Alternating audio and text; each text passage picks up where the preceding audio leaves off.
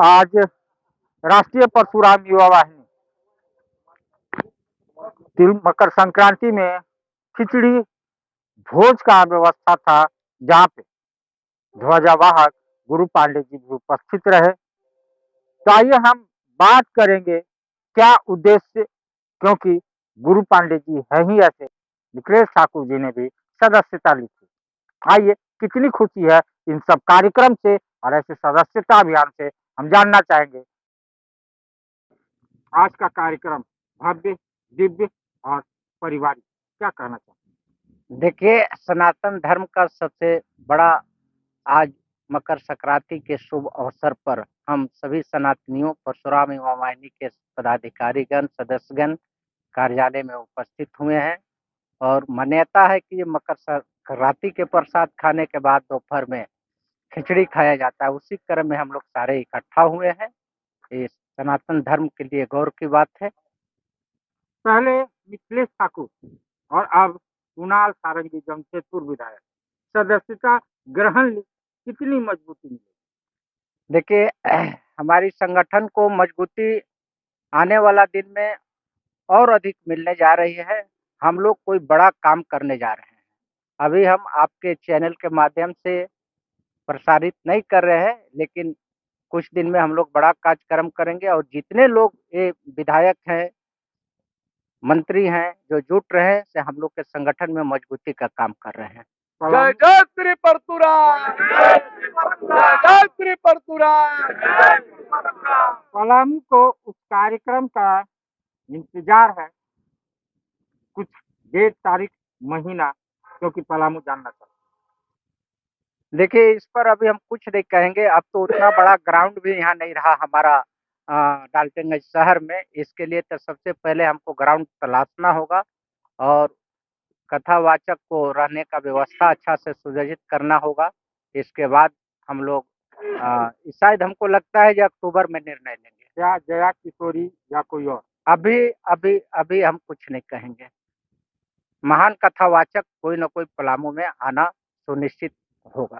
आज का कार्यक्रम मन लुभावना, मन को विभोर करता हुआ, क्योंकि पूरा परिवार एक साथ बैठ करके खिचड़ी खाया। दोस्तों, देखिए, मकर संक्रांति पूरे सनातनियों का एक आस्था का बहुत बड़ा पर्व है और चूड़ा तिलकुट के बाद खिचड़ी मेरे समझ से इसलिए खाया जाता है कि हम लोग सब लोग एक एकता के सूत्र में बंधे रहें। खिचड़ी में सभी तरह का मिश्रण होता है, चावल, दाल, सब्जी, मसाले। ये एकता का ही एक संदेश देता है और उसी परंपरा को हम लोग निभाए। कुणाल सारंगी ने सदस्यता ली, पहले निखिलेश ठाकुर और कुणाल सारंगी। देखिए, जिस तरह से हमारे संगठन पर लोगों का विश्वास बढ़ रहा है, हमें लगता है कि आने वाले समय में जितने भी विप्र ब्राह्मण परिवार हैं, जो ऊंचे ऊंचे पद पर हैं और पॉलिटिकल में हो या बिजनेस में हो या व्यापार में हो, सभी लोग का एक इस संगठन के प्रति सहानुभूति है और वो लोग संगठन से जुड़ रहे हैं। कि आप जानते हैं, कुणाल सारंगी जी खेल प्रेमी हैं, स्पोर्ट्स में रुचि रखते हैं। तो आज लगे हाथ परशुराम युवा वाहिनी के बैडमिंटन कोर्ट का उद्घाटन कर रहे हैं। एक सराहनीय कार्य। पलामू के धरती पे आना, खेल प्रेमियों से मिलना, धर्म प्रेमियों से मिलना और उसके साथ इस कोर्ट का उद्घाटन होना पलामू के लिए एक बड़ी सौभाग्य की बात है। जो आप देख रहे हैं, कुणाल सारंगी जी परशुराम युवा वाहिनी के बैडमिंटन कोर्ट का उद्घाटन कर रहे हैं। झारखंड नहीं, देश में आप युवाओं की प्रेरणा स्रोत, इसीलिए परशुराम युवा वाहिनी युवाओं का एक झुंड है और वो आपको यूथ आइकन मानता है। तो क्या कहना चाहते हैं? तो क्या जो सम्मान मिला, सम्मान भी करना चाहता है परशुराम। देखिए, सबसे पहले तो मैं राष्ट्रीय परशुराम युवा वाहिनी के सभी माननीय सदस्यगणों का हृदय से आभार व्यक्त करता हूँ, पलामू की इस पावन धरती पर आज इतना प्यार और स्नेह देने के लिए।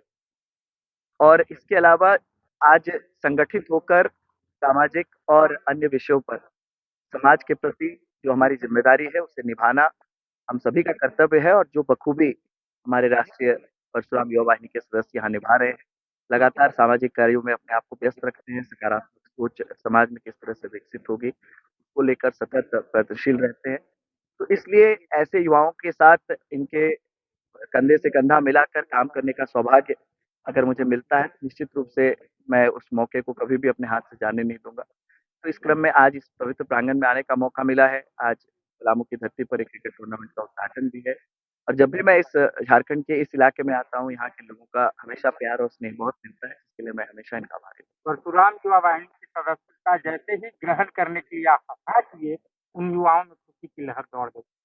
ये मेरा भी सौभाग्य है जो एक ऐसा संगठन जो हमेशा समाज के सामाजिक और जो अन्य दायित्व हैं उसको निभाने में अग्रशील रहता है। तो वैसे संगठन का हिस्सा बनने का मौका अगर मिले तो मेरे लिए भी सौभाग्य होता है। मैं उस इंसान के लिए बात करता हूँ जो ये पूरे संस्था को एक गांठ में बांध के रखे हुए हैं। देवकीनंदन ठाकुर जी जैसे महान हस्ती को हवा के अपने महायज्ञ कर रहे हैं।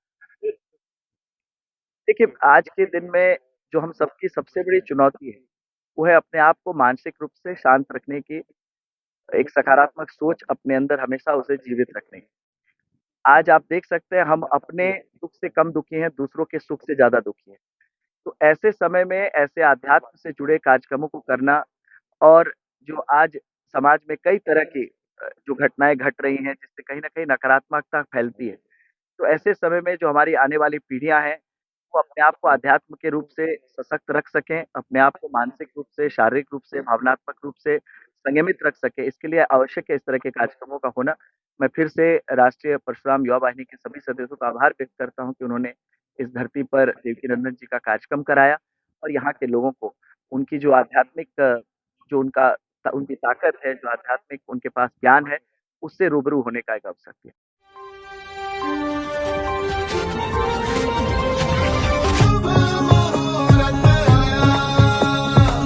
रोजाना की जिंदगी में झूमने के बहाने मिले हैं।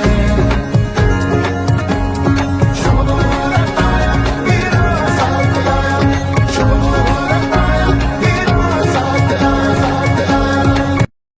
सस्ता और समुचित इलाज के लिए गरीबों का रहनुमा मात्र एक हॉस्पिटल, मैया बाबू हॉस्पिटल।